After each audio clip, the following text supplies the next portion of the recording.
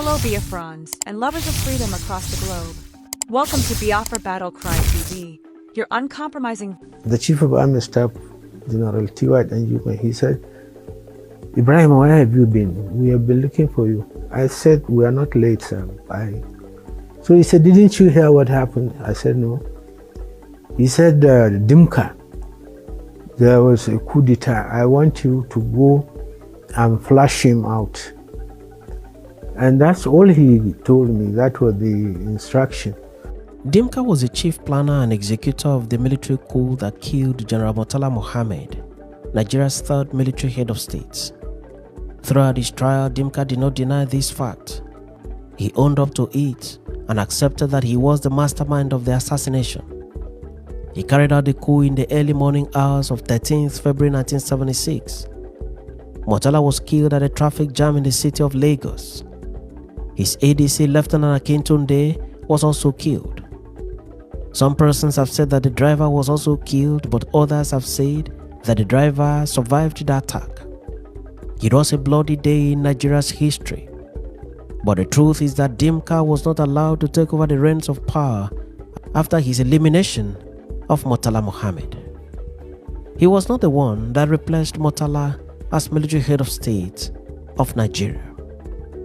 The question here is, how was it possible to stop the rampaging man Dimka from taking over the reins of power, and who was this person that stopped him? That person was then Lieutenant Colonel Ibrahim Badamasi Babangida, who was sent by his superior on a dangerous mission that had the propensity of taking his own life. But Babangida went on the mission and returned unhurt. This was the first major assignment that threw Babangida's name to national limelight. In this edition of Back in History, we take you back in time to the day Ibrahim Badamasi Babangida dislodged Lieutenant Colonel Bukasuka Dimka from Radio Nigeria, where Dimka had taken full control of the radio station minutes after his assassination of the head of state. In an interview which he granted many years after leaving office as military president of Nigeria, as made public by Symphony, an online media platform, General Ibrahim Badamasi Babangida recounted his role in the stoppage of Dimka's coup. Here is what he said, in quote, "We had what is called the Chief of Army Staff's Day, which held on that very day, 13th February 1976. A conference was scheduled to hold on the reorganization of the Nigerian army.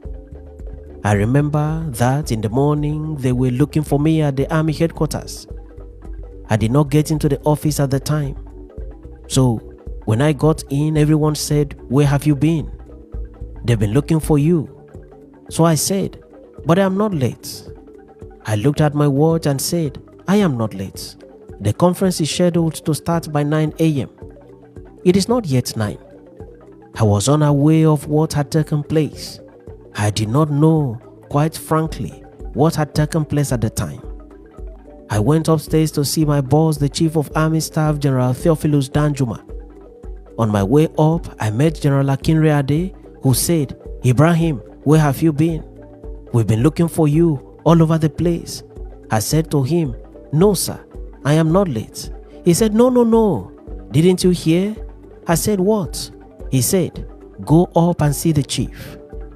I left him and went up to see the Chief of Army Staff. I went and met him. He asked, 'Ibrahim, where have you been? We've been looking for you. Didn't you hear what just happened? That there is a coup?'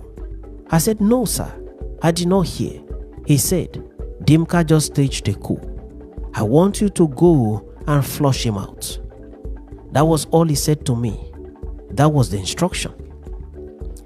Babangida then went on to say, still in quote, "I had to immediately come down to move to Ikeja. That is where my troops were. They were at Ikeja barracks. I had to drive through Marina. A lot of thoughts came into my head at the time about whether all my soldiers were loyal or had been compromised, or what am I going to find on arrival. Fortunately, I had loyal troops. They were very, very loyal. So I went into the cantonment to join the troops. That was what happened." In August 2021, General Ibrahim Badamasi Babangida granted interview to Ladi Akeredolu of Channels Television, one of Nigeria's leading media outfits. The interview was held at Babangida's home in Minna, Niger State, where Babangida is from, and several questions were thrown at Babangida, one of which was how he was able to approach Radio Nigeria and dislodge Dimka in 1976, why Babangida went to the radio station unarmed, whereas the order from his superior was for him to storm the radio station and dislodge Dimka.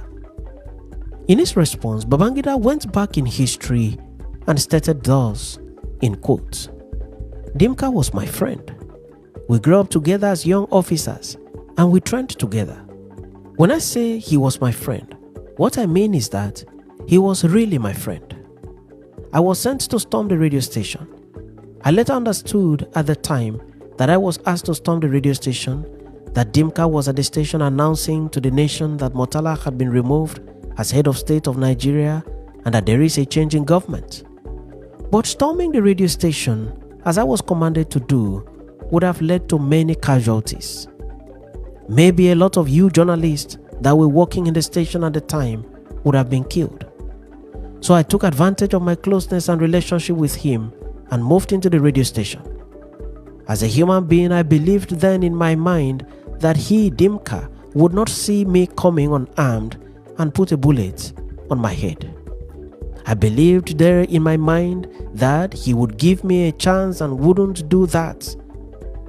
It is just like in our military training, where you are taught it is immoral to kill an unarmed man or someone who raises a white flag. Rather, you allow him to come, you then arrest him and put him aside and continue. Both of us, I and Dimka, know that as part of our training, that you do not shoot and kill an unarmed man. But I went into the radio station unarmed. It was a risk. It was a serious risk. But someone needed to take the risk." End of quotes.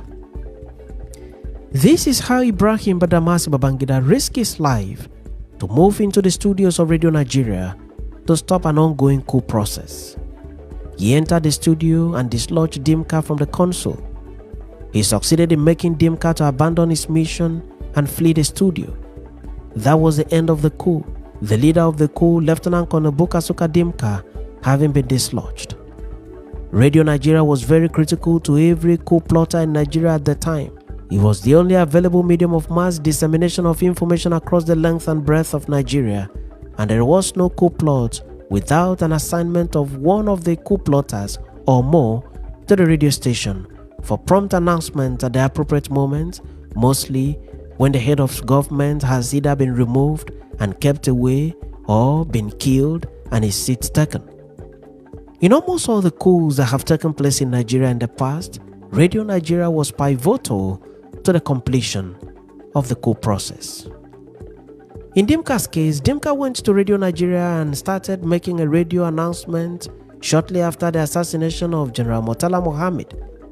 He announced to Nigerians that Murtala had been removed from office and that Nigerians should, in his words, await further directives. He continued with the announcement until he was dislodged by Ibrahim Badamasi Babangida.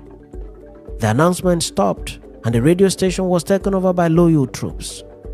Dimka escaped and fled to Jos, and from Jos he fled to Afikpo in Abakaliki in present-day Ebonyi State, where he eventually surrendered himself to a police officer on duty. From there he was flown to Lagos, where he was tried in a military court-martial and found guilty and sentenced to death by firing squad. Ibrahim Badamasi Babangida became a hero for his role in the truncation of the coup. Though the head of state Murtala Mohammed was killed, Dimka was not allowed to take over the reins of power. Thanks for watching this edition of Back in History, and do remember to subscribe to the channel or follow the page for regular notification on every new video. I am your friend and host Ekemini Udim, wishing you the best of time in all you do. Heard a message that echoes the cries of the oppressed and the resolve of the free. At Biafra Battle Cry TV, we stand firm in amplifying voices that challenge tyranny and defend humanity. Stay vigilant, stay united, and never stop speaking truth to power. Until next time, keep the fire of freedom burning.